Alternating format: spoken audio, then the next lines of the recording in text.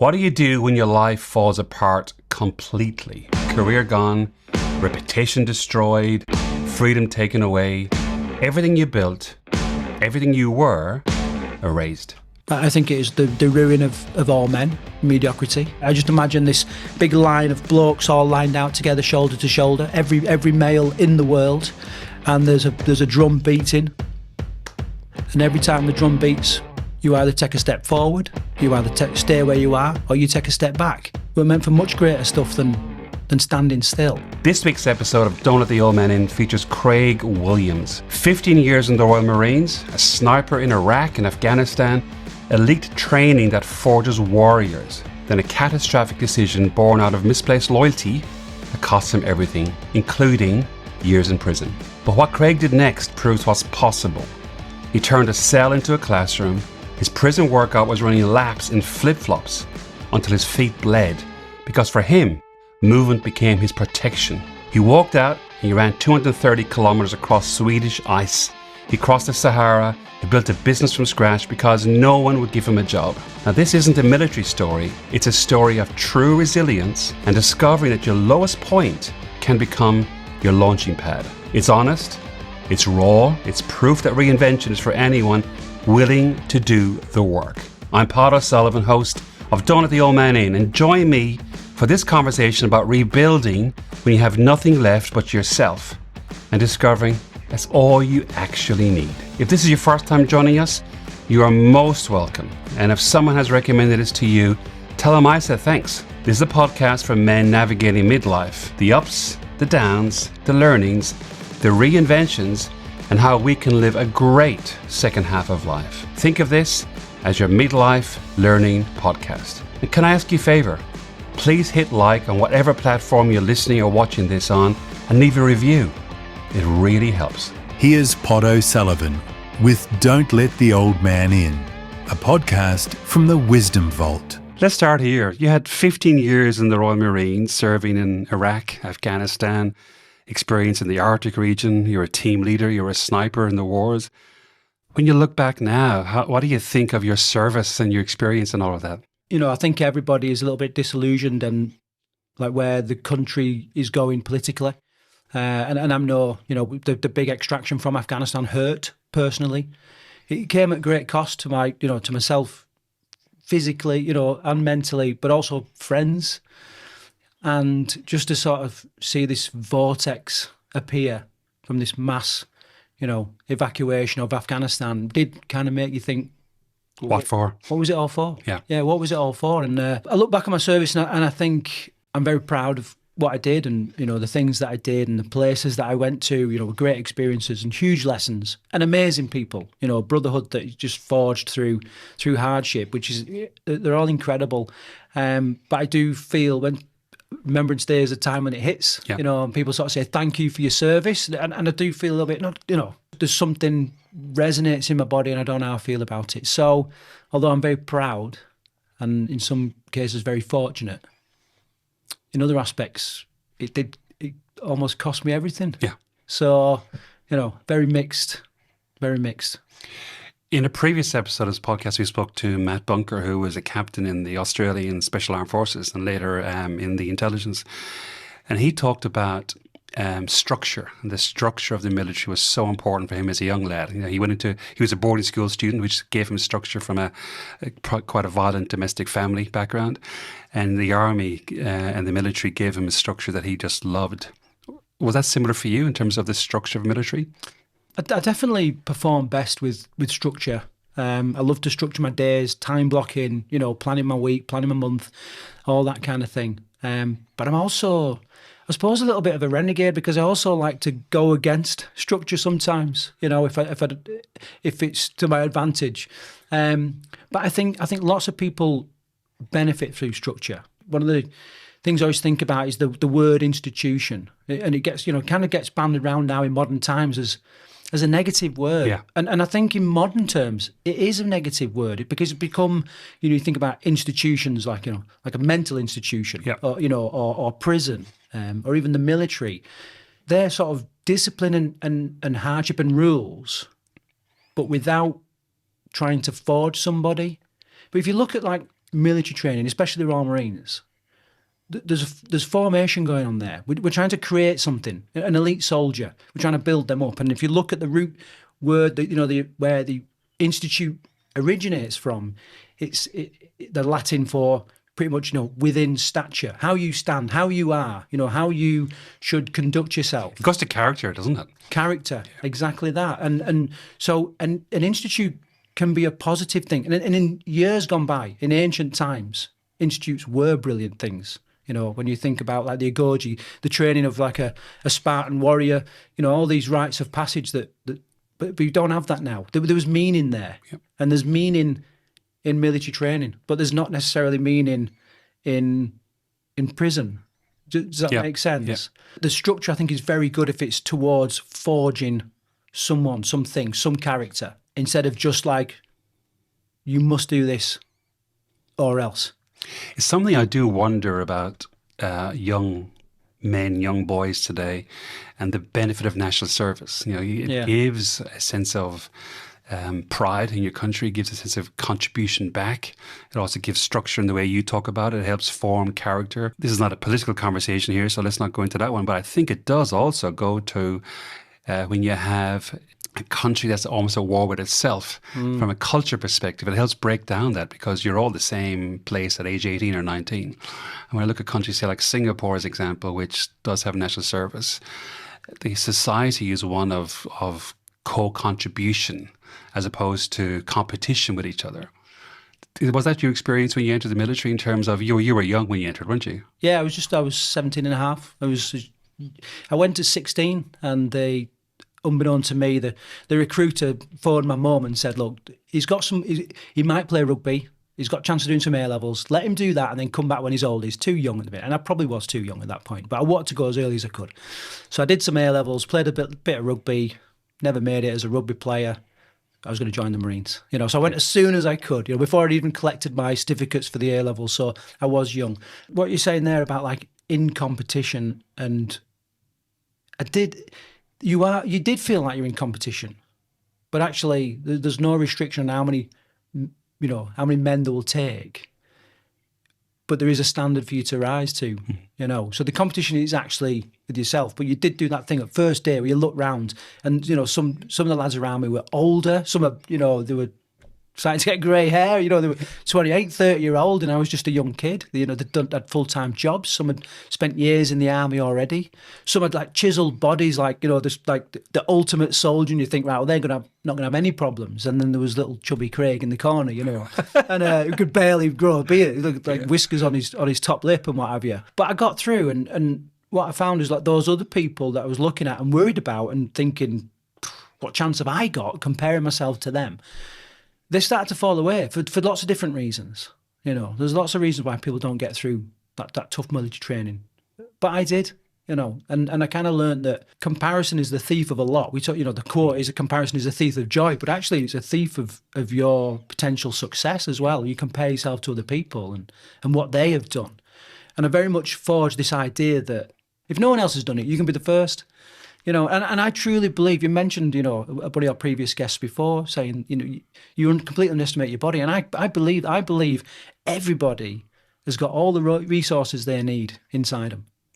They may just be a little bit rusty, a little bit lardy around the waist or whatever, but all the resources they need are in there. Just be tapped. Yeah. Yeah. When did you discover you were good at shooting and you became a sniper? In training, I was a good shot. It just came a little bit. It was almost effortless, really. People were looking around and people were missing targets, and I'm like, well, just shoot it. I thought, my eye's different to anyone else. Yeah, I really took to it, and I think people have some seemingly innate skills. That just come through. Some people can kick a ball better. Other people can pass a ball better. That was your skill. Yeah. Other people are great writers or readers, and I just had a talent. I just had a talent for that. I think most people's understanding of Sniper is the US movie. Yeah. Bradley Cooper. Yeah. To what degree of similarity is that movie relative to your experience? It's very real. It's very real, other than the actual feelings you get.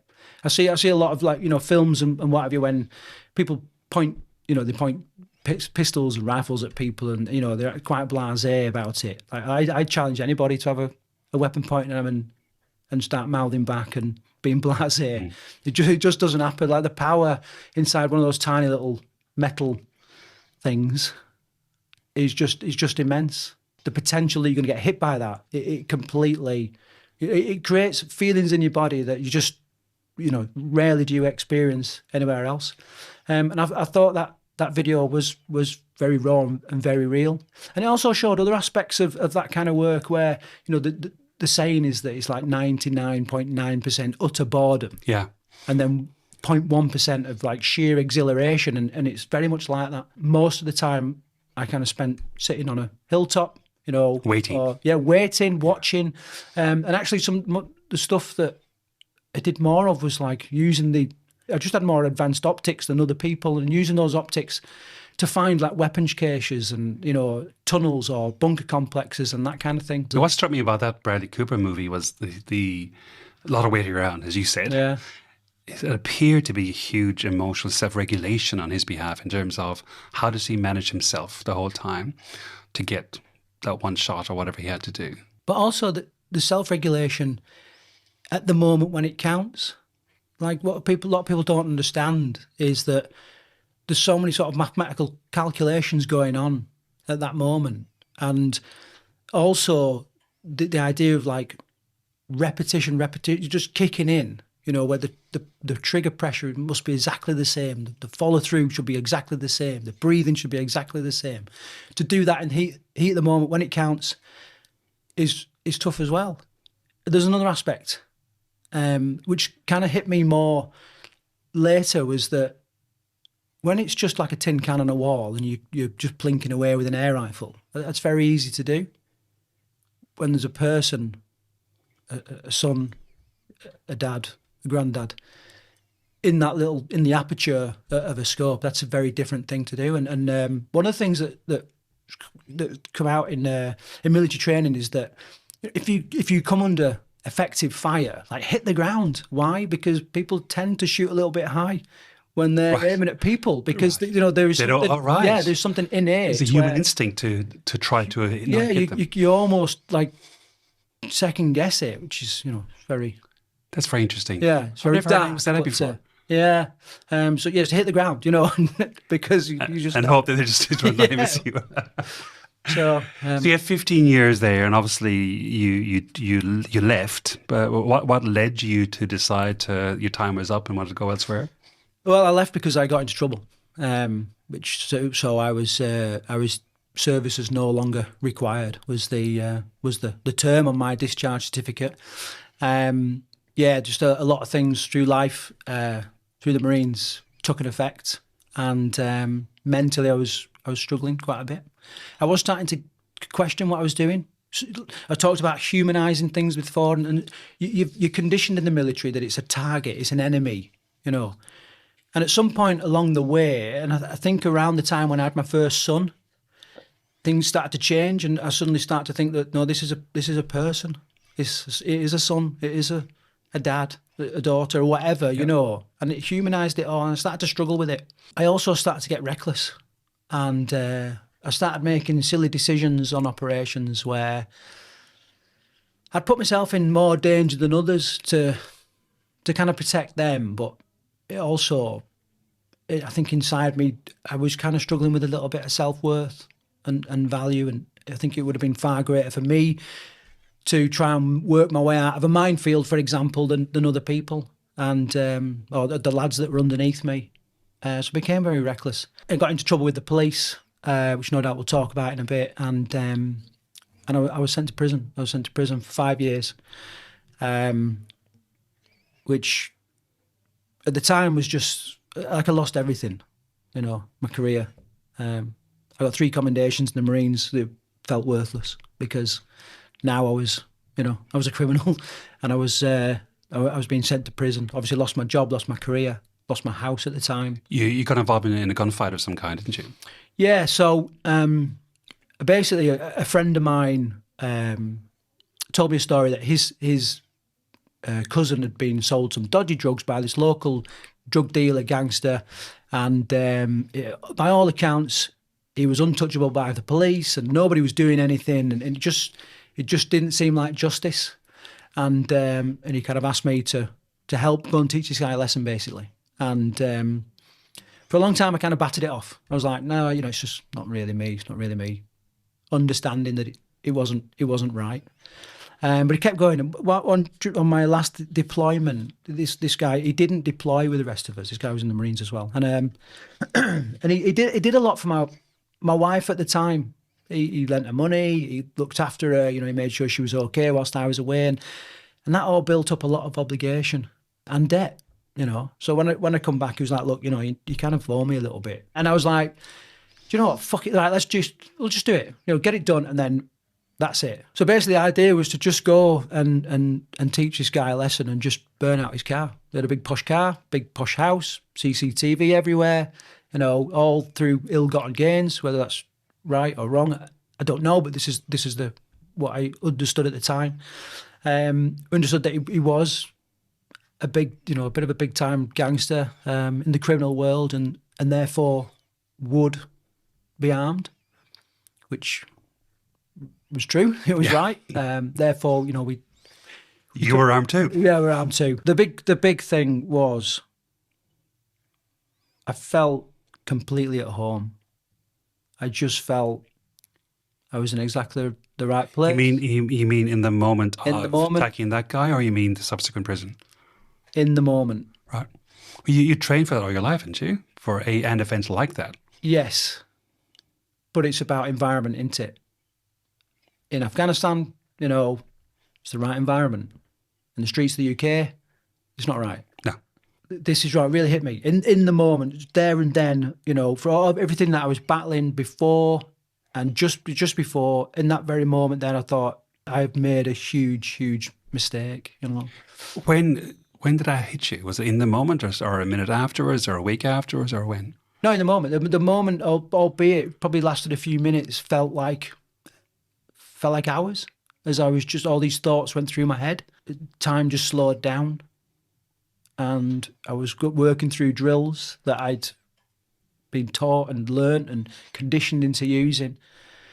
But all the time going through the drills, which were life-saving drills, thinking, I'm on the streets of the UK and this is not right. It transpired that the guy, the reason why it seemed like he was untouchable was he was under observation by the police. So everything was observed. So they were watching you come in. Yeah. Right. So therefore, they was very, very quick to react, and they picked up the other guy immediately, more or less immediately. And I remember standing in the middle of the road, and I just looked at this all unfolding in front of me. An unmarked police car had come down the road, and we were like, "This, what's going on here?" And pulled up alongside us, looked in. I could see that it was police inside there, in the car. And my friend at the time was like, "You go that way, I'll go this way." So he belted off. They chased him, and eventually caught up with him. And I was just left in the middle of the road, thinking, like, what the hell has just happened? It was New Year's Day. I was then, right, I'm on the run. And so I started to evade the police. So yes, I was on the run, like the skills and drills that I'd learned, even to the point where there was a big river, and albeit New Year's Day, and it was freezing. And before cold water immersion was trendy, I was like, right, I'm going across the river, right. And I emptied a bin and got the bin bag, put all my clothes in the bin bag, stripped off naked, swam across the river, across the other side, and that was it. And I kind of evaded the police for a long time. They ultimately picked up intelligence and what have you, which led them to me, and I was arrested. Just a quick break. I'm really enjoying this conversation. I hope you are too. What I've been doing with these episodes is a couple of days after I record the conversation, I sit down, grab my ideas, and I put together my reflections on the conversation and what I've learned from them and what kind of sense am I making from them. That's called my reflections episode. I also try an experiment to actually apply what I've got from the conversation. You can listen to that in an episode. You can also download a simple handout on don'tlettheoldmanin.com/reflections to help you do the same. Back to the conversation. That's where it all kind of, the journey, that part of the journey started, really. Yeah. Wow. And you were in prison for 5 years? I was on remand for Wrong. I was on bail for 15 months, and which was really tough because I was still kind of serving in the Marines, but also had this court case looming over my head. And Which should have been public knowledge at the time, without. Yeah. I think your colleagues in the Marines would have known that. Oh, everybody knew. Yeah. Everybody knew. I was given a job of what's called a volunteer visiting officer. A volunteer visiting officer is, everyone sort of pictures the scene when the uniform goes to the door, knocks on the door, tells the wife or the family that their child has been killed at war. So that's like a notification officer. The next person in then is called a volunteer visiting officer, dressed in a suit.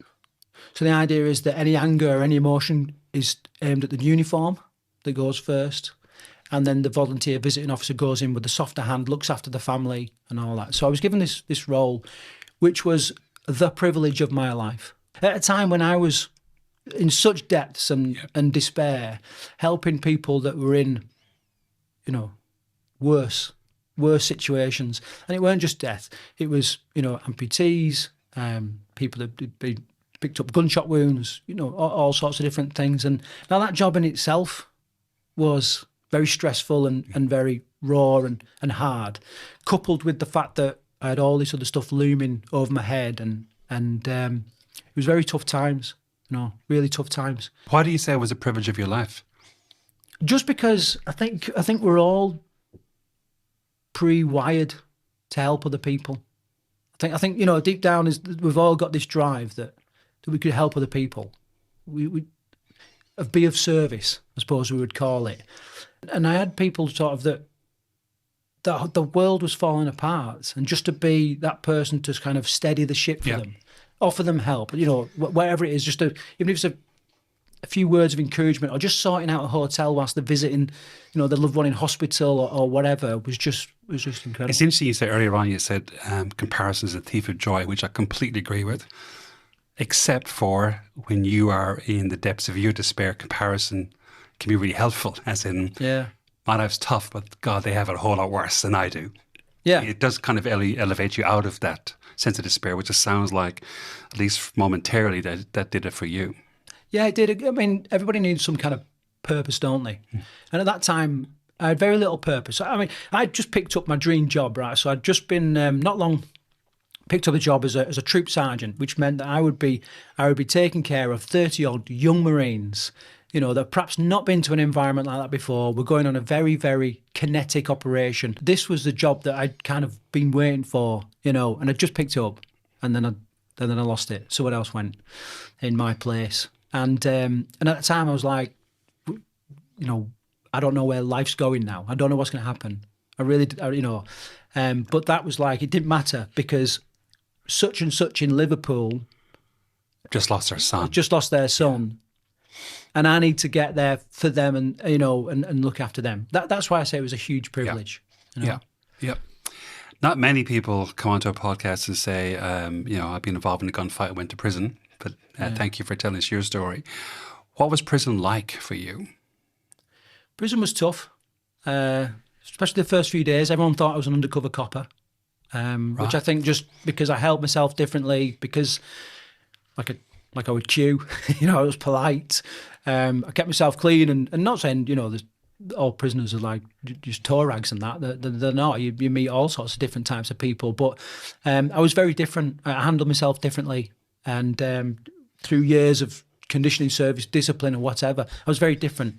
And they seemed to have this thing where they thought, if I ask you 3 times if you're an undercover copper, you have to by law tell me. Right. This was just a thing, right? They just had this belief. Isn't prison law? Is it a prison law? Yeah. So a couple of times I got locked in the cell with other inmates, and then the process would start. Are you an undercover copper? No, I'm not. Are you an undercover copper? It'd go 3 times, and I was just like, no, I'm not. And they were like, right, okay, well, we kind of believe you because, they had this thought that if you was asked 3 times, you had to tell them. I've never heard that before. Is that unique to that prison, or is that a common prison thing? I have no idea, but I definitely experienced it a few times. Right. And I was just kind of out of my depth. I mean, I remember on the first day there was a huge fight in the communal area, pool balls getting thrown around, and all sorts of stuff. And I was kind of just keeping my myself to myself. And then later on, I went to get a shower, and one of the guys that had been fighting was in the shower, and he was a bit cut up and everything, but. And he just started talking to me, but in like some kind of street slang, which I didn't really get. And he was like, do you see me bust up that kid? No, no, it was just weird. And I was like, yes, mate, yeah, I did, yeah. And he goes, yeah. And then he put his fist out. We all know what fist pumping is now, but I didn't back then. So he goes, touch me, bro. And I was like, what do you mean by that? So I just went and touched his fist. And he with your looked finger? at me. Yeah, with my finger. And he looked at me like, what idiot are you? Yeah, like I just kicked his cell door open and pissed on his chips. It was just like I was just out of place, out of my depth, and very vulnerable because I actually I did a week in Hull prison, and then went to a Hull near where my victim lived, and he was very, very well connected. He was within a mile of his house where the whole incident went down. So I felt very vulnerable to the point where I thought, well, how am I going to, we'll know people here, how am I going to protect myself? I was locked up for 23 hours a day, an hour's sort of, time in the yard and everything. And I was going stir crazy in the yard. So I thought, well, I'll just run around the yard. And if anybody wants to have a go at me, they're going to have to try and keep up and catch me, But I just thought, if I'm running, nobody can get me. Right. Nobody can attack me, Is that where your running career started? I know we're going to come to running later. Well, I've always done a little bit of running, but that's when I started to pick it up, again. And I had these prison issue flip-flops, which cut up my feet and caused all sorts of blisters. But I'd just go out and then run for an hour around the yard. And people must have thought I was crackers, like Forrest Gump, just running around the yard for an hour. You're literally running to keep yourself alive. It was keeping myself alive, but I realised that actually movement is its own medicine. And the more I was kind of running, I was getting leaner, I was getting clearer minded, I was processing things, and if I sort of sat in one place, I'd become sort of agitated and like worried, like who's going to come through the door now, and what's going to happen, and all this kind of thing. If I'm running, I felt like a little bit of a master of my own destiny. Yeah. And albeit the yard was tiny, I just ran. There's an old cliche: if you want to change your psychology, first change your physiology. Yeah, as in move. Yeah. Look, we've all made mistakes, be it in business, be it in our jobs, be it in relationships, be it with alcohol, be it with drugs, be it with whatever. But we don't always reframe a catastrophe. But you seem to have done so. You used your prison time to start working in a gym, which then led to a whole new career. Yeah. Tell us about that. One of the things that the military are not great at is deconditioning, So quite often you might go for like a 6 months tour and then come back and have 2 weeks in Cyprus on the piss to try and decompress. Well, it doesn't add up. Work. No. Yeah, it doesn't. You're just drunk for 2 weeks. Yeah, you can't do years and years, for me over a decade of preparation for an operation to then come back and then just deprogram all that over the space of 2 weeks. It doesn't really work. I sort of see myself now as very fortunate. I had 2.5 years, because I served 2.5 years of the 5-year sentence. 2.5 years of decompression. Because lots of the fundamental things you need for life, food, shelter, warmth, is taken care of, clothing, that was all taken care of, by the institution. And I was thinking, look, there's not a lot of cause for my, like a weapons instructor in Civistry. I don't think there's going to be many jobs for me there. And I just kind of made a decision.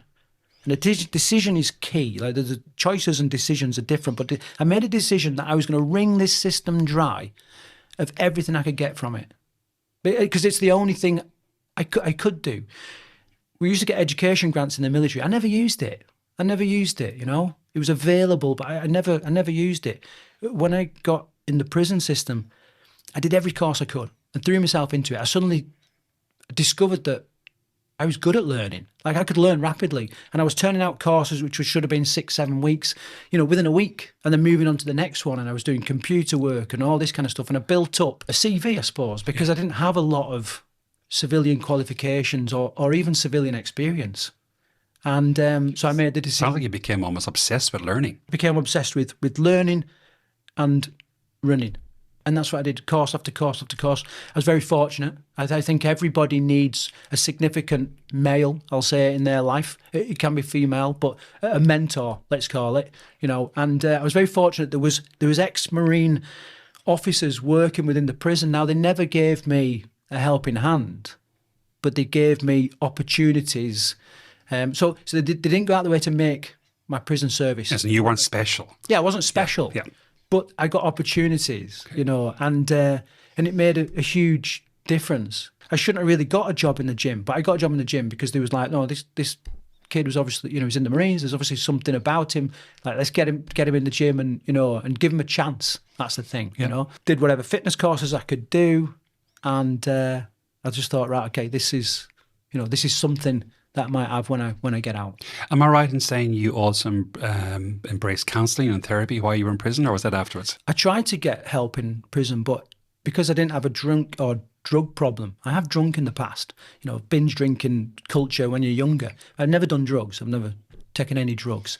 And because I didn't have a drink or drug problem, like, there weren't a lot of help available to me. Right. So most counselling there was substance related type counselling. Yeah, I didn't do any counselling there, but I did do, like, I joined up to like an Indonesian drumming workshop, right, which was all blokes just sitting around playing drums and making, you know, and I took a lot from that, you know, because I sort of developed this idea of like, hang on, like solidarity, you know, we're all different things, but here we're playing the drums and it's working and we're all feeling better. One of my best mates in Sydney, Greg, runs a guitar group for ex-vets. Who's, you know, they're all, you know, special forces or military or Marines, but they're either way, they're in this place, and to see them a few times a year come together, like 50, 60 guys playing guitar, it's just this sense of contentment that they have in those moments that I think spills over the rest of their life. So like that drumming piece, I really get that. Yeah, I remember going, like I said, I was running around the yard in these little plimsolls, and I got some pretty severe blisters, and I'm pretty, like, I know what a decent blister is. You know, I've had some big blisters in the past. And I remember going to the nurse, who was like a caged door with a little flap, and you could go there and get your medication. Most people were going for like methadone or some kind of, like, you know, drug rehabilitation thing. And I said, look, have you got any plasters? And she went, plaster, why? I said, oh, I've just got a little blister on my foot. And she went, oh, you got a little blister. And I was like, yeah, I've got a little blister. And I took my shoe out, my sock was full of blood, you know. And I said, yeah, I've got a little blister. Can I have a plaster? And she went, we haven't got any plasters. You can't have any plasters. And I was like, well, you can dish out the methadone at whatever cost that is, you know, to the heroin addicts. I can't have a plaster, you know. And it just, I think that just lit a bit of a fire in me. And I was like, okay, I've got to get through this and get out of this, because I'll show you. Yeah. Okay. Yeah. So 2.5 years later, you got out. Good behaviour. Is that why? Well, I mean, the way that my sentence was is I was only ever going to serve half my sentence as long as I did behave. Okay. You know, as long as I followed the programme. To be honest, I did actually have a bit of a, let's call it a golden prison service, because towards the end I had a full-time job. I would go out every day and I was working with children with challenging behaviour. And what was ironic is, like, I couldn't have a mobile phone or a car, but I was going out and teaching, taking kids with challenging behaviour to gliding pilot license, you know, to get their gliding pilot license. So I was flying a plane, but not. I couldn't have a mobile phone, and you know, or a plaster. Or a plaster. The prison officers would laugh about it, because, what are you doing today? I'm going abseiling today. Abseiling, you know. And I think a lot of people go, no, you're in prison. You should have been, you know, you should be rotting in a cell. And I had people say that to me. It goes back to this institution thing, like, you know, what's better, me, like rotting in a cell, like not really becoming a different person or developing something else or helping other people, just being a drain. Yeah. And that's the two differences with the institution. Like, you know, the analogy is, if you've got time, is that of you know, we're all a seed, you know, like an acorn. If you plant an acorn in the wild, it grows, and the weather, the conditions and everything affects the growth of the tree, and it grows strong and tall, you know, roots are deep to withhold the storms and all this kind of stuff. And that's what an institution will allow you to do in its old sense. But then if you think about that acorn being perhaps put in like a bonsai pot and controlled and not allowed to flourish, where it becomes weak, nobody kind of questions the pot. Everyone sort of says, oh yeah, the trunk's weak, or the tree's not very strong. And it's the environment, you know, and the not being allowed to form something. And that was the difference, you know. What I love about your story, Craig, is, as I said earlier, we all make mistakes. Yeah. And men make a lot of mistakes too in that group, but we don't always take the mistake in the environment we make it and turn it to our advantage. And you did that. Yeah. You know, you took up running just to stay alive, but then that formed other parts of your character, which we'll come to in a second. But you didn't rot in the cell. You actively worked, and then you ended up, as you said, having a golden end to your time in prison. And I've always said, if we're able to come through a life-changing mistake that humbles us completely, and you are completely humbled. When you put into prison, you're completely humbled. Everything's taken away from you. When you come out the other side of humbling, and you're able to reflect on that and do something about it, you come out a far better person. You came out of prison and you've had an extraordinary entrepreneurial, albeit roller coaster ride, but you've also had an extraordinary physical fitness life since then. Okay, you've ran the ice ultra Swedish 230 kilometer Arctic run. You've done the Sahara Desert. I think you did that with the flu, if I'm right in saying that. That was the Namibia Desert. You did the Sahara Desert as well. You did Peru, 147 miles through the Andes. Like, they're extraordinary runs that kind of started in prison. Yeah. When I was going out to work, and then the weekends, you know, I'd quite often just be sort of confined to the prison, and I'd just run laps of the prison, you know, and I'd go out and do 20-mile runs, which people thought were crazy. Ultra running, you know, big distance running is becoming more and more popular now. It's more and more, you know, accepted.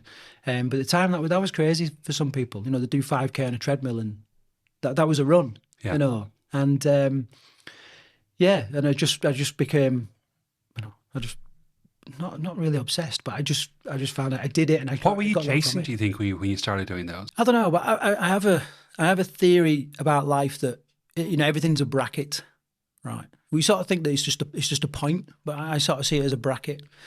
And there's the front bracket, which is like your highest highs and your biggest goals and all that kind of stuff. But then there's the bottom bracket, which is like depths of despair or your biggest mistakes. And I sort of think, you know, okay, where am I? You're sort of saying, you know, what was I running from? Was that your question? Yeah. Well, when they were running, clearly you're running towards the end of a race. But, you know, when I think of those kind of races and those kind of conditions, the first thing that strikes me as a non-runner, no, that's not true. I've done 3 half marathons, so there you go. An occasional runner. God, what's he chasing, or what's he running from in order to do that? That's what comes to my mind. Yeah, so I look at the bottom bracket, I'm running from mediocrity. Okay. I think it is the ruin of all men, mediocrity. I just imagine this big line of blokes all lined out together, shoulder to shoulder, every male in the world, and there's a drum beating, and every time the drum beats, you either take a step forward, you either stay where you are, or you take a step back, and the drum keeps beating, and you keep making a choice. You're either stepping forward, you're staying where you are, or you're stepping back, and you know, staying where you are, that's mediocrity. Staying where you are. Stepping back is like, you know, you're becoming worse.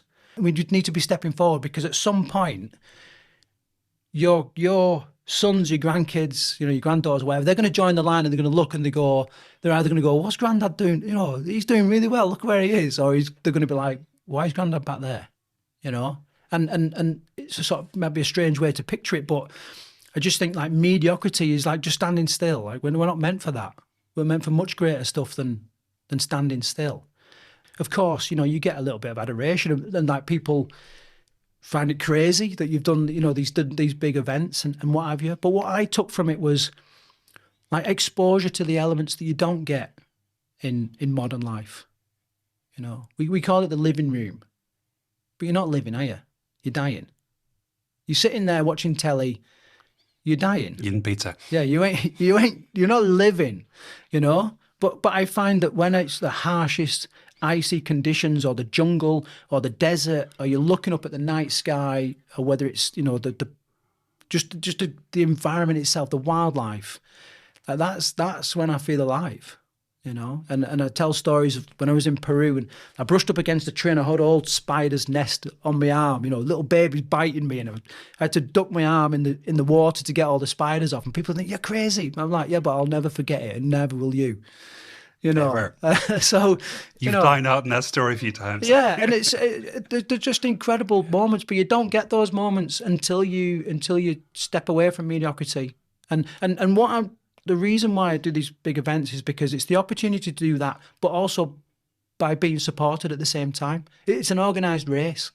So although there is a danger, there is a risk, there is also support. Yeah. And I think the intersection... safety net somewhere for you. Yeah. The intersection between the two, challenge and support, is where you achieve the greatest things.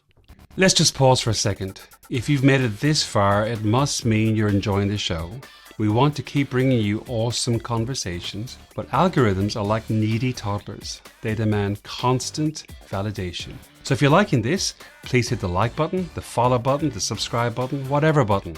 It helps us land more great guests to keep entertaining you. And if you're listening to this on an audio podcast app, come over and watch us on YouTube. I promise we're reasonably photogenic. Back to the show. How do you keep yourself motivated during those worst moments? Like how do you maintain your body, but how do you maintain your mind during those long races? The events have a way of focusing the mind like nothing else, because you've literally got to take the next step. You cannot, you cannot just kind of sit there and go, do you know what? No, I'm not going to do it today, because the elements will bite you. So to focus on the mind and that goal is really key. But then what we're talking about is like not giving in. The thing about not giving in is there are some mantras that I kind of, I use to stop myself from giving in. Such as what? So I have what do they call it? A mnemonic. G is get a grip of reality. Right. So what is the actual reality right now? Right. And it might be like, when things get hard, you tend to inflate stuff in your brain. Make it seem worse than it actually is. Like, what is the actual reality right now? But also there's the other side of it. The reality might be, well, if I do just give in and sit down here, I'm going to die.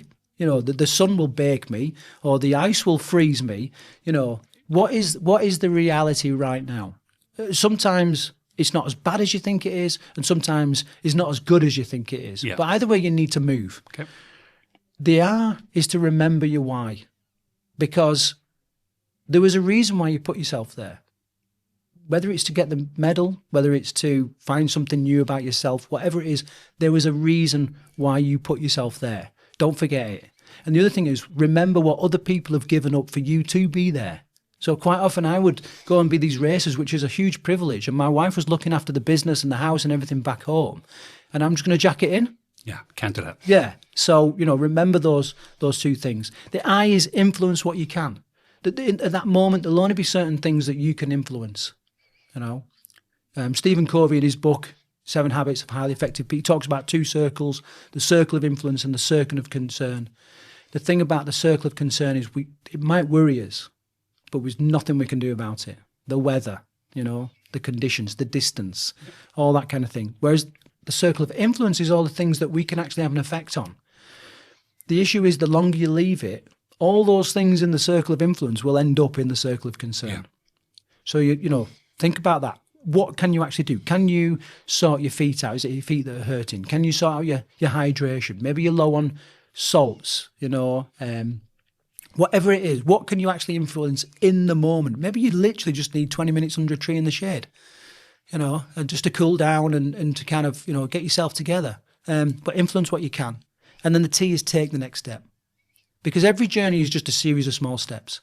So if you can just keep taking those small steps, one after the other, just the next step, you will get there. How often would you repeat this to yourself in a race? Not often. I didn't often have to get this. That's a framework that I brought to teach others what I do. Yeah. So I'm constantly thinking like, what is the reality? You're constantly thinking, what's going on? What's happening here?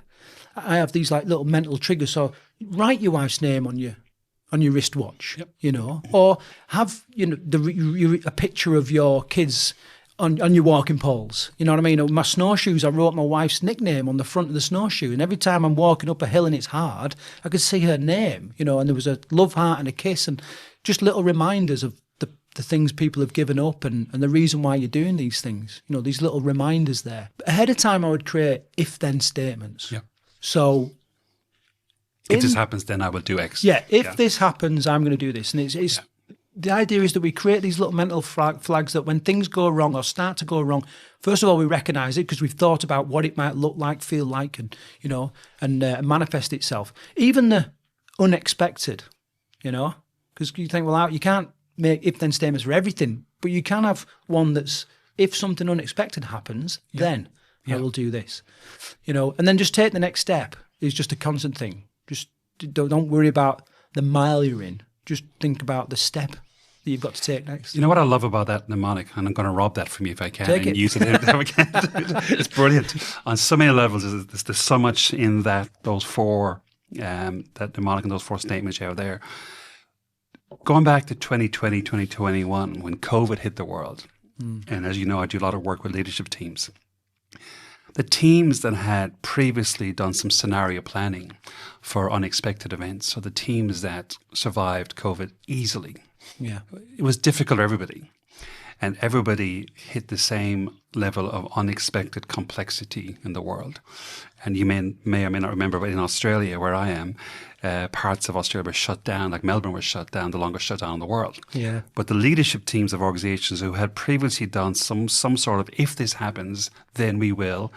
If something unexpected happens, then we will work together. Like, even if they only figured out, we will work together in this kind of a way to help us try and figure out the complexity. They're the teams that did really well. So I'm not surprised that you've landed on a mnemonic that includes scenario planning for the unexpected. The key thing is that you've thought about it at a time when the pressure's not on, because we do crazy stuff. You know, like the emotions get involved, and you know. And I remember my first big ultra run was the Sahara Desert, Marathon des Sables, and which, by the way, pales in comparison to some of the other runs that I'd done since then. You know, although the Discovery Channel called it the toughest foot race on earth, it isn't. What is the toughest race you think you've done? done? The toughest for me was the Amazon jungle. It was just, there's been some which I've you know, collapsed and had to be carried off. So you could argue that they've been the toughest, you know, the old survivor fallacy and all that. But the Amazon jungle was really tough because of the conditions. You know, humidity, you sweat loads, but you're not cool enough. And just the environment is basically mountainous terrain covered in trees, and everything wants to bite you, scratch you, hurt you. So that was a really, really tough event. We was walking up the big sand dunes that they call Jebels in Morocco, and some of these sand dunes, like as big as Ben Nevis, so they can be. You know, they're huge. And I remember walking up this hill, and there's this guy, and he had all the gear, he just looked like a proper runner, and I was just sort of ambling along, and he's like, "Nah, I'm done, fuck it." And he turned around and I went, "What do you mean you're done?" I said, "You're almost at the top of this hill, you know what I mean?" He's like, no, I'm done. And the checkpoint was at the bottom of the hill.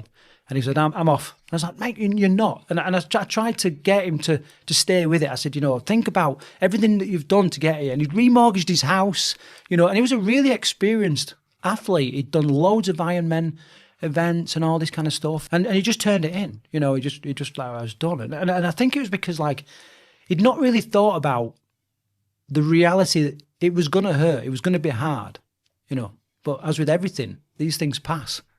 And the next mile might have been quite easy, you know. And actually, once you got to the top of the Jebel and you was down the other side, it was okay, you know. But in the heat of the moment, he just made this decision to chuck it all in, and, you know, and that was that.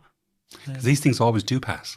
Yeah. You know, be it in a physical race, or be it in a relationship that's breaking down, or be it you're stuck in prison for what it all passes. It will pass. Yeah. This too shall pass is the good quote, isn't it? And I love that, because it will pass. The feelings that you might be experiencing in your body, you know, will pass. I've heard you say on other podcasts that all these races you've done, they're not athletic achievements, but they're tools for self-discovery and inspiration. Who inspired you to start going on these routes? Or what inspired you to go on these routes? The actual initial inspiration, I don't know. I don't know what it was. I just had this burning desire to do the Marathon des Sables before I was 40. And there's a ballot to get into the Marathon des Sables. And I put in for the ballot on my 38th birthday, and I didn't get in. So I was like, well, I'm not accepting that. So I messaged a couple of service charities that had places in the marathon, and I'm fortunate enough to get a place on the MDS. But I had to raise, you know, a certain amount of money to pay for my place. And then these things, they become infectious. You meet a group of people, you know what I mean, that then get on the circuit, and you end up doing another race and another race. They tell you about another one, and away you go. And away you go, and you kind of, you end up going down that route. But yeah, I was never, like, I'm not the fittest, I'm not the best runner. But what I can do is I can turn myself around when things get hard. I can work and thrive in harsh environments, and this is all experience. So therefore, if I can just keep moving, I'll be okay. I always knew I could turn myself around. No matter how bad I got during the day, overnight I could be ready in the morning. And that self-assurance is quite a powerful thing. Did you have that before you went into the army as a 17-year-old ex-rugby player, or did you develop that over your lifetime? No, I think I developed it. I had a certain amount of it because I was always a tough little kid. The way I played rugby, I was just a hard grafter. I wasn't fast or skillful in that. I just worked really hard, and that comes from, I think, my family values. My granddad was a huge influence in my life, and he was just a hard-working bloke. There's a story that he was once working in the barn with a hoe, with straw and what have you. And he put the hoe through his foot, and it was that cold he didn't really feel it. So he pulled it out and carried on, and then got home and had a huge hole in his foot. And I personally remember him. We were shooting rats. He had a chicken pen, and we were shooting rats. And this rat bolted out behind this rabbit hutch, went up his trouser leg, and he strangled it to death in his trouser leg. It just at the time just seemed like the hardest man in the world. And so I think I got some of the values from him, and he was out all weathers. Just working hard, and but was also a very practical guy, and so I took a lot from that. My mum is very much the same. Like, might struggle to get a hug from my mum, but she'd give you a kidney, and she did give her kidney away to her brother, and these are all values. These are Northern English values, aren't they? 100%. Yeah. And my wife says all the time, he's a typical tight Northern. I don't agree with that bit, but they are Northern values. That's why people like Andy Farrell are beloved in Dublin and Ireland. That's it. The Northern English values. Speaking of that, let's shift gears a bit. These are your words. You started a business in a rusty car. Now that sounds either like a Matthew McConaughey movie, The Lincoln Lawyer, or it sounds a bit like Desperation. I'm not sure which one it is. Tell us that story. So it was not long after I'd been released from prison. And at the time I was like, right, what the hell am I going to do? I did apply for a couple of jobs. I didn't get the jobs. And I felt a little bit embarrassed and ashamed of that. And because I knew I was the top candidate. I knew that it was for a program to help kids with challenging behaviour prepare for the military, right? And I'd been doing this, for 18 months. I wrote the program for the college that I was working for whilst I was in prison. And I was going to take all that to this local college and do the same thing. And I had 18 months experience.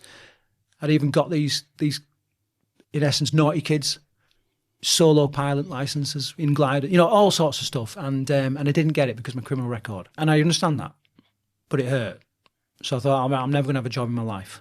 I will always work for myself because I don't want to go through that again. At the time, my marriage at the time had collapsed. Life was really tough. This was the period of the time when I was kind of going through probably my darkest days, certainly having thoughts about suicide. And life in a house just seemed so complex. They're too complex. I struggled to answer the phone. Going to the shop was hard. Booking, things that people take for granted. I remember going to the pharmacist to get some medication, and I didn't even know what to do because I'd never had to do it. I didn't know what to do it, and I just felt like the people behind the counter was like, look at me as if like I was an idiot, and I'm not an idiot. I just don't know what I'm doing, And it was really tough, and so I stripped life right back, and I had a rusty old transporter van, which are trendy now. I did so much before it was trendy. You had the curve, you didn't know. And I moved into that, and I did a couple of days on a campsite a week, and on the campsite there was an orchard with apples, and there was rabbits running around, so I would eat apples and catch rabbits, and I loved it.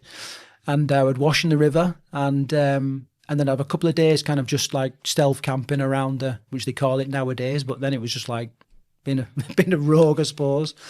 I started doing a bit of personal training, and because it's what I knew, from the prison. Again, my brother built me a little website. My younger brother bought me a laptop, and my younger sister got me an internet dongle, from the old internet dongle days. And I just started a little personal training business, and I very rapidly realised that it didn't matter how good a trainer I was. If you can't get your name out there, if you can't market yourself, you ain't gonna, you're just not gonna succeed. And I started to study some internet marketing, and I realised, look, I love this stuff. I love the psychology of it, the process of influence, and being able to kind of influence people's decisions ethically, but still, there's certain components that you need to put together to make a sale, for people to trust it enough to make a sale. And I love the idea of that. So I quite rapidly grew this personal training business. At the same time, I was doing some private surveillance work, which was bringing in more money, but it was sporadic and it was time away. And then I started doing some work at a residential boot camp, and met Paula, who would become my wife. Their life changed, and we decided we were going to set up our own residential boot camp, which at the time, like, not many people really knew about, but they were trending at the time. And we built that from 2 or 3 people every week. We decided that it was going to be open every week because there was an emerging market of long-term boot campers. Before, it was always 5 to 7 days in a country home, And we also got a bit of economy of scale because we could take on a location permanently and run from there permanently instead of having to hire a country house, and so it just kind of all seemed to work. And we built it up to us having like 35 to 40 people. Our max was 46 people from all over the world that had come and stay with us from anything. This is the Conquer Food Program. So the Conquer Food Program was our long-term program within the boot camp. So we'd have people that had come for a week, 2 weeks. And then there was the Conquer Food Program, which is a 12-week program where people would come and it was like extreme weight loss. But what we found was, like, people would come and go, I need to lose some weight and then I'll feel better about myself. What we very rapidly discovered was, if we can make you feel better about yourself, you will lose weight. So you reversed the whole thing. We reversed the whole thing. And it was a case of, like, the minute we can give them a reason to change, as well as the tools to change, they will change their life. And many people did go on to make it. Is that the core difference between people who were successful in terms of health, renovation or transformation? Yeah, the core difference, the first one is the fact that they commit to it. There's a lot of people talk about it and think, if I pay for this, it's just a done deal. I don't have to do any work. But, that's not the case. There's always work to be done. So those people that committed did the best. But the ones that went on to lasting long-term change was the ones that understood the cause and effect equation. So some people would come and life, they were a victim of life. Life happened to them and they had no control of it. And I was just destined to be like this and there's no option. But the ones that flipped that and suddenly realised that, the cause side of the equation, where everything I do is going to create a result. Therefore, I'm in control of my result. The people that made that switch made lasting change and will never look back now because they're just different. The weight might fluctuate, but they know what to do to change it. We're early 2026. A lot of people will be thinking of New Year's resolutions, and health and weight loss is the most common one for midlife. All you got to do is watch TV and you see every weight loss company having ads there. You guys, you and Paula and your crew were hyper successful with your organization before you closed it down. I think you had like 30 tons, not kilos, 30 tons of body fat loss over the collective group. Yeah. If you were to summarize, if it's possible to summarize, if you were to summarize like the overall approach you took for that, what would that be? Overall, I've got a framework. I mentioned before I like a framework. So I'll come into that framework in a minute. But fundamentally, it was getting them out of their current environment and into an environment that, that facilitated their weight loss. That's the initial thing, because we all try and lose weight and change our lives in the same environment, and it's really hard. I made the biggest change in prison, and where things were restricted. Was it a prison, for people that were overweight and wanted to get fit? Maybe, but that's what some people needed. when you look at like the power of negative thoughts and emotions and that kind of thing, they're really hard to battle. And we had sad stories of, people that have been told, just don't have chocolate in the house. So they take the chocolate and put it in the poo bin in the park, right? And then in the middle of the night, get up and go and get the chocolate out of the poo bin at night. Such as the drivers for some people to eat. It's powerful. We can't overcome it. I haven't seen anybody make massive, significant change in their life without 4 things, and I call it the MAPS framework. M being a mentor or coach, somebody to show them the way, or to, keep them on track or whatever. We learn best from our mistakes, but they don't have to be your mistakes. And a good mentor should be able to highlight these things, these lessons, and just shine a light on things that you perhaps can't see. The saying is, when you're in the picture, you can't see the frame. Yeah. So a good mentor or coach should be able to do that. The next thing is accountability. And a friend of mine talks about transparency being the most powerful force in the universe. And if you think about it, if we walk around naked, like, you would change the way you ate because everybody will be able to see in public what you eat in private. The P is really key, and that's peer support. Peer support is essential because it's other people, people that are going through the same thing as you, or perhaps just slightly ahead, of which you can share your experiences, you can ask questions, and many minds.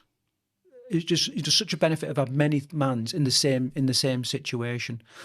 The other thing to do is you get the opportunity to help other people, because that in itself can be massive, just by showing the way and shining light for somebody else. That can be incredibly motivating. And then the S is systems and processes. Those little actions that you've got to take to get the results you want, and just to be shown the right things. So one of the things that we was really early adopters of was forget calorie counting.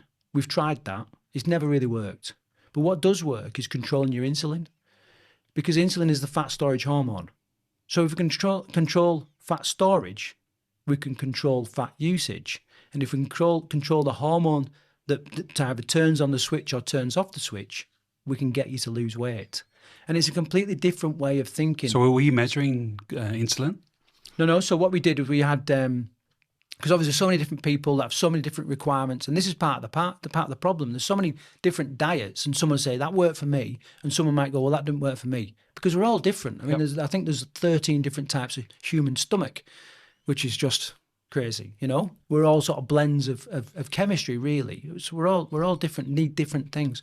So we'd have very broad brush things that you could they were really simple to take into your life. So for example, we'd blend food in a way that would control insulin. So no refined sugars, and we'd control the fruit. Palm-sized bit of protein in every meal. If you're eating non-starchy carbs, 2 fists. If you're eating starchy carbs, just a fist. You compare that to like maybe your portion of rice that you have, or you can see that we are controlling calories in essence, but really the aim is to control the response in the body. Yep. And then fats is about the end of your thumb. And we was never scared of fat. Lots of people came to on our programs, and they were petrified of fat. And I embrace fat. Fat has got more use in the human body than any other food group. Just the right fats. There's so much about what you said that I love there. But from a man at midlife, one thing that we're learning through this whole podcast series is the importance of community groups and being part of a group. Gordon Spence, who was on an earlier episode, talked about Park Run that he's involved with in Australia, and that's basically groups together every Saturday morning. We've talked about self-determination theory as one of the psychological theories that help people change habits, but the core part of that is relatedness. Who am I with on my journey? And what you've talked about here is, A, I've got a mentor to learn from, but B, I'm in a peer group to experiment with and to be held accountable to or from, etc. I also notice in other parts of your life, you also build up communities. Like your rugby podcast is a community. Weight loss is a community. Your Coffee with Craig YouTube channel is a community. Tell me about communities and why you think they're so important to you. Well, I mean, fundamentally, that we're tribal beings. We were evolved in tribes, and I think you kind of look round and you your identity, who you are and what you are, is kind of forged by the tribe, the company that you keep. If you want to be a runner, then get in a running group, because there's people that are doing that. And then, even if you copy the things that they're doing, ultimately you're being a runner. And I very much believe that it's not necessarily what we do, it's what we are that matters. And your tribe will show that. You have a good look around, the assessment of the people around you, and it will tell you a lot about who you are and what you are. The other thing is it's that shared turmoil or whatever. In fact, take any word, take one thing and just add the term shared is halved. Fear shared is halved. Is fear halved? Joy, whatever. Do you know what I mean? It's like or learning. Yeah. Exactly. Yeah, it multiplies everything you're going to do, because you're timesing it by a factor of however many people are in your tribe. And at the very least, I think a lot of men especially look round and just think, I don't fit. I don't fit. The education system is set up more for girls than men. Boys don't thrive in a classroom where you sit down and do your times table and all this kind of stuff. Boys thrive swinging off branches in the trees and throwing balls around and kicking and wrestling each other. That's how boys thrive. We don't thrive in a classroom environment like that. Some do. Obviously, there's exceptions and people fall in line. You go and see the tribes, and all that. This is what they do, the hunting, the fishing, the fighting, the dancing, all this kind of stuff. But I think the corporate world has become more feminine as well, where it's more about emotions than it has been in the past. And maybe that's a good thing, maybe it's not, I don't know. But all I know is that I think it's very easy for men to turn around and go, I don't actually know where I fit in this world. Certainly, there's no doubt, post the hashtag Me Too conversation, which is a really important conversation, because to your point about it's a woman's world, men have often abused our position in the world, and therefore the hashtag Me Too movement was a very important conversation. Post that, as it swings, and the whole notion of toxic masculinity is a whole question. I think men get very confused as to how do I be me? What does being me actually mean? And how do I be PC when I actually want to express frustration about something? Yeah. So there's no doubt that the world, from a men's point of view in terms of what's my role in the world or my position in the world, it's more confused than it was. That's for sure. And I think we've had an overreaction as well. Sorry to cut you off, but it's like, you're right. Like masculinity has been parceled up as being toxic. Now, I'm called every day to apply my masculinity, because my wife isn't going to empty the cesspit. She's not going to wrestle the goats to give them their injection or whatever. And similarly, if a relative broke down and started crying, I'd be like stepping back when it come to like comforting her and giving her a pat on the back, because she's called to do her feminine duties every day, different aspects of the day. But somewhere along the line, like masculinity has become toxic, and I think there's one of the things about social media and modern day life, you can really magnify some things. And I think this is what's happened. There's been an overreaction where we've all gone, right, well, I don't want to be that bloke. I don't want to be that bloke, but that has diluted what we are. As blokes. I'm pretty sure it's going to come right. I think it's coming right now. It's starting to move already. And blokes, when you look at, you're talking about YouTube there and channels that are seeing big growth for men, especially, in midlife. Is this part of the ship right in itself? We're correcting this already, because a bit of masculinity is okay. You just got to recognise when it is toxic and avoid those things. And to your point, anything that's toxic is overdone. Yes, exactly. Be it femininity, masculinity, be it whatever is the word following the word toxic. But having the conversation, actually, what reminds me about something you said earlier on, you talked about the structure of the military is forming character, which I think is really, really important in a young man's life, is how do you help form character? How do you help young men figure out what's important, what's right, what's wrong? We've lost the notion of virtues and civics. Like, we don't teach those any longer. We learned those through sporting groups or through scouts or through fishing and whatever. Like, we learned those kind of things. We don't have the opportunities for our young men any longer, at least not as much as we used to. But masculinity is certainly not good or bad. It's just a form of way of thinking. And the character and the virtues and the values that were really important to humanity, and then for how boys and men express those, are still the same and still very, very important. But like anything that's overexpressed becomes toxic, therefore it's no longer good.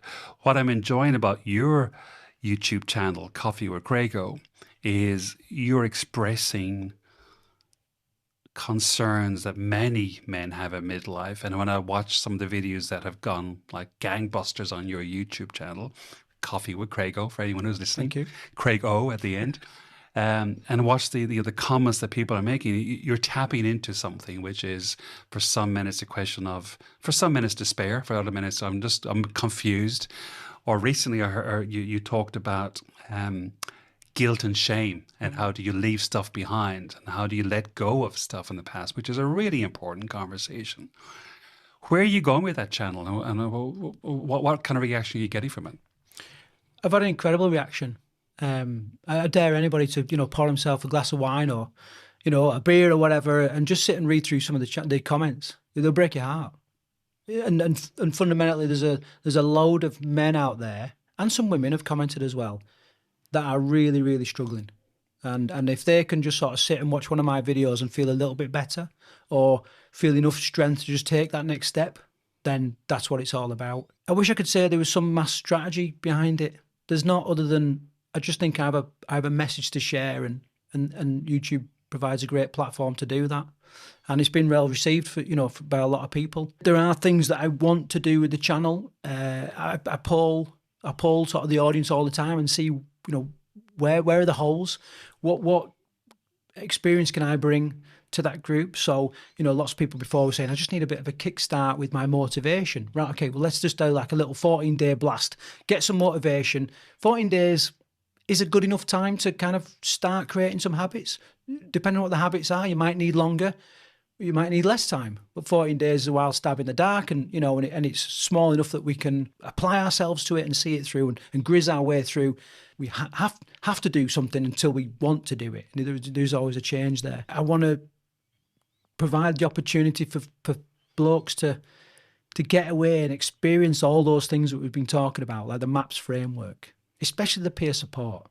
The power of just sitting around a fire in the middle of nowhere in some crazy environment that you've never experienced before, and seeing different things, natural things like the Northern Lights, whilst, having a chat with some guy next to you, and you suddenly realise that, do you know what, we're pretty much the same. Where I felt lost, like we're all lost together, and maybe we can all get found together because, and if I can lean on my network and my experiences and the things that I've picked up through my many mistakes, it's my calling.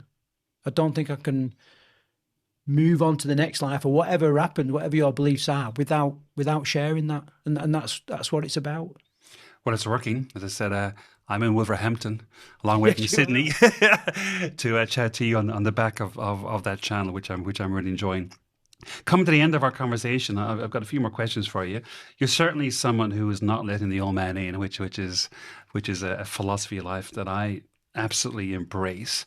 What do you think the 75-year-old version of Craig would be whispering to you now if he could? I don't know. I don't often get tearful, but that question started to stir up some tears in my thing. A lot of the things I do, I think of 75-year-old Craig. And I imagine a room which has got my T-shirt from the Marathon Disables, perhaps my medal from the Arctic Ultra, and, maybe thank you cards from people that have been on the reset retreats or whatever, but just all these things. And my young grandkids are walking around me going, Grandad, tell me about this. What's this? Oh, these are my snowshoes when I ran across the Arctic. And right at the start, I talked about this big long line where the drum is banging and you either take a step forward or you step back. And I want my legacy, I suppose, what I'm talking about, for people to go, he did all right, that lad, and have I worked out exactly what that would look like? No, certainly not. But, I am taking those steps and I don't know where it's going to end up. You know what I mean? But I'm doing everything I can, focusing on the processes, that when I get to that point, they look at me and they're proud of what they see, and therefore I am proud of what I've done. Well, I'm glad I came all the way up to Wolverhampton to have a chat with you, Craig. It's been fantastic. What are your final words of wisdom for our listeners today? I think what I say is, my favourite quote is the man in the arena, which I'm sure you're aware of. And, the spoils go to the man that's actually in the arena, and it's blood in his face and dust on his thing. And I think my big thing is, like, get in the arena. Don't be a spectator just watching and criticising. Get in, get your hands dirty, be prepared to take a couple of knocks and a few punches to the chin or whatever. But get in the arena, because then you get the right to so much. You get the right to criticise, perhaps. When you're a spectator, you've no right to question, You get the right to the spoils as well, all the benefits of it. When you're just watching, you've no right to that.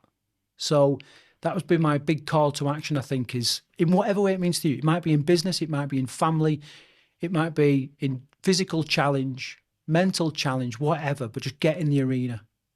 And I think that's what I'd finish on.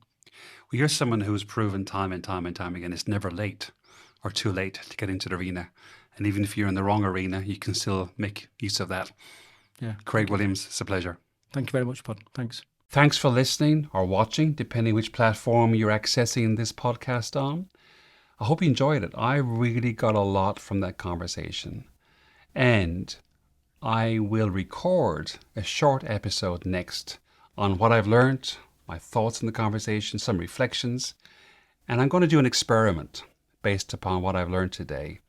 So you'll hear about that in the next episode. If you want a permanent reminder of what we chatted about or some of the key summary points, go to don'tlettheoldmanin.com/reflections and download that. In the meantime, don't let the old man in. We'll see you next time.